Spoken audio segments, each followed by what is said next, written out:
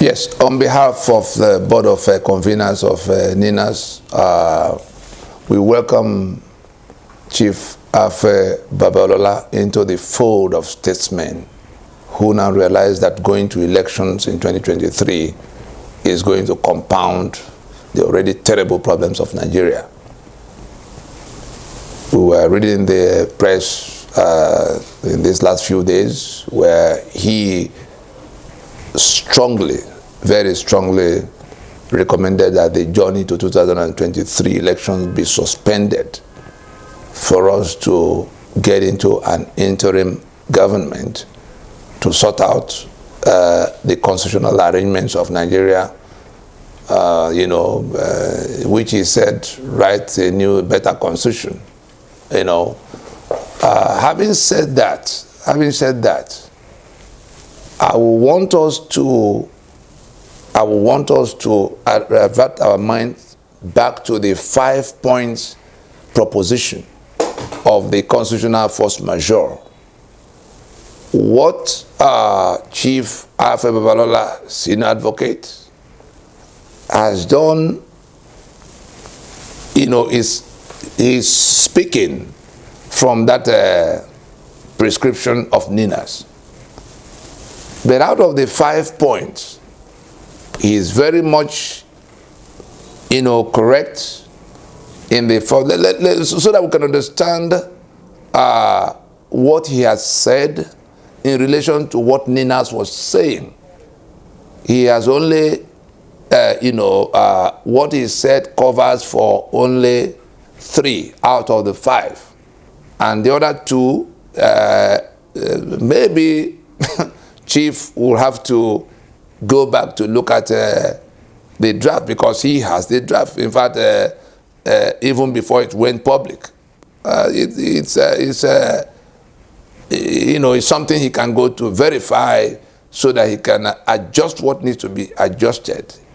He's in complete agreement with us that the constitution we have now is no longer able to carry us any further. Our union has broken down on account of that constitution. That's item number 1. Item number 2, he is in complete agreement that that constitution has to be replaced wholesale, not any kind of amendment or review or any kind of tinkering. Let us accept we have not made a constitution and let's go to make one. Number 3 is the question of let us put a time frame, a definite time frame in not going to another election before we solve that problem. So it becomes something we do now before we proceed to any election. Now, in the 5 points proposition of the constitutional force majeure of NINAS, the first is that the government must acknowledge the dispute emanating from constitutional arrangements. The second proposition is that that constitution of 1999 must now be decommissioned wholesale. The third proposition of ours is that no further there should be a definite commitment not to proceed to any further elections under that constitution. Number 4 is that in fact I have to read. Let me read it from. Let me read that number 4 in the words we used.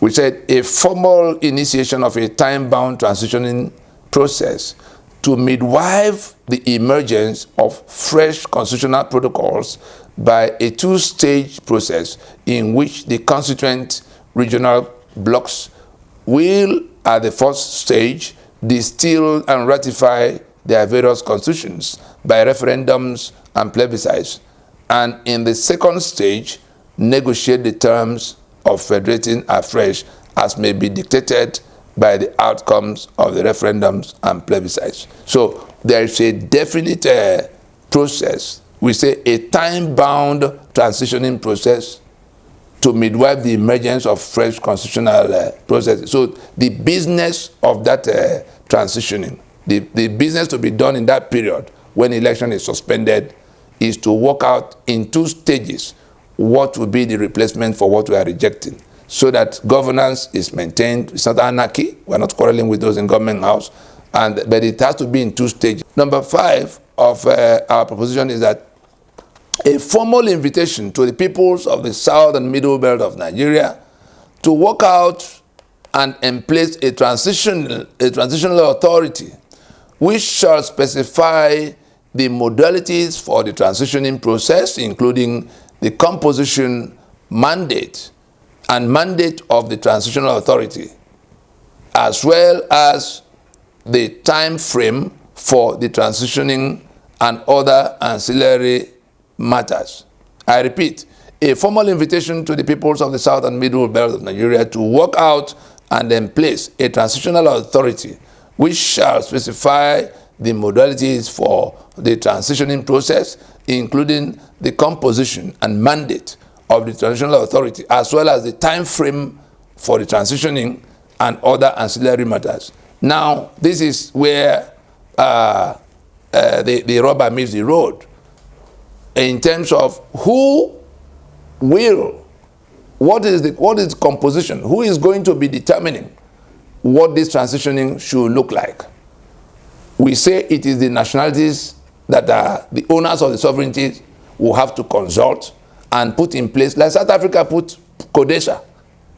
A body with constituent powers cannot be consulted by government sitting in government house. It is the owners of the sovereignties, the custodians of that constituent power, that will have to now come to say, let us do it this way and not that way. So they put in place a transitional authority of their choice, defining the modalities. How will this transitional authority proceed? What will be the time frame within which they will have to do all their tasks? What is the membership? How do we, who and who, how do we assemble the people that will be in that? So that's what we mean by, talking about the composition and the mandate. What business would that transitional authority be doing to arrive at the outcome we want? So while we are saying, while NINAS insists that we must now resolve this union dispute that have been outstanding, in number one of the demand is that we must resolve this union dispute that have been outstanding since 1967, since after Aburi, and that we must decommission the constitution imposed by brigandage over this last close to 50 years. That's number two. Number three, that we cannot proceed to another election on the basis of that other constitution. Number four, that a time-bound transitioning will have to be emplaced.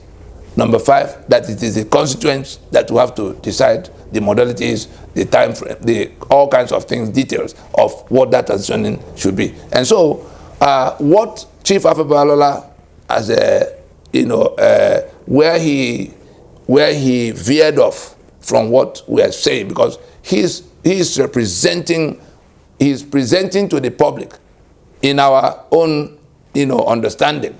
He's reinforcing the need to go and do what NINAS says should be done. But the modalities he then attached to the interim government is talking about, the first thing that is a no-no is the composition he tried to add to it, that it has to be the former presidents and all kinds of people who created this problem that will be in that.